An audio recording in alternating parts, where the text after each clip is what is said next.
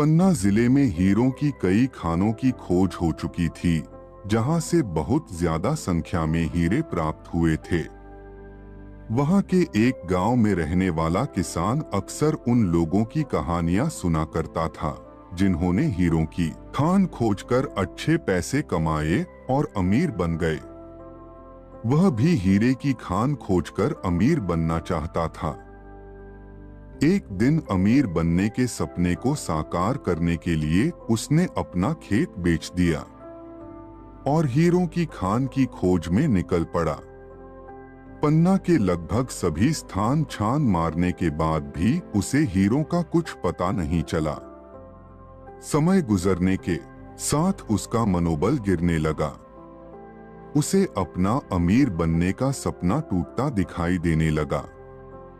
वह इतना हताश हो गया कि उसके जीने की तमन्ना ही समाप्त हो गई और एक दिन उसने नदी में कूदकर अपनी जान दे दी। इस दौरान दूसरा किसान, जिसने पहले किसान से उसका खेत खरीदा था, एक दिन उसी खेत के मध्य बहती छोटी नदी पर गया। सहसा उसे नदी के पानी में से इंद्रधनुषी प्रकाश फूटता दिखाई पड़ा। उसने ध्यान से देखा तो पाया कि नदी के किनारे एक पत्थर पर सूर्य की किरणें पड़ने से वह चमक रहा था।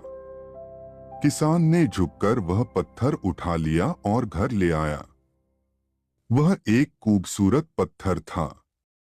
उसने सोचा कि यह सजावट के काम आएगा और उसने उसे घर पर ही सजा लिया। कई दिनों तक वह पत्थर उसके घर पर सजा रहा।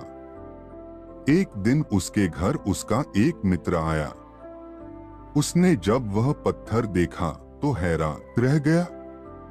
उसने किसान से पूछा, मित्र, तुम इस पत्थर की कीमत को क्या जानते हो? नहीं, मेरे ख्याल से यह हीरा है, शायद अब तक का खोजा जाने वाला सबसे बड़ा हीरा है। किसान के लिए इस बात पर यकीन करना मुश्किल था। उसने अपने मित्र को बताया कि उसे यह पत्थर अपने खेत की नदी के किनारे मिला है।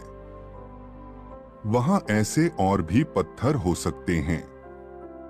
दोनों खेत पहुंचे और वहां से कुछ पत्थर नमूने के तौर पर चुन लिए। फिर उन्हें जांच के लिए भेज दिया।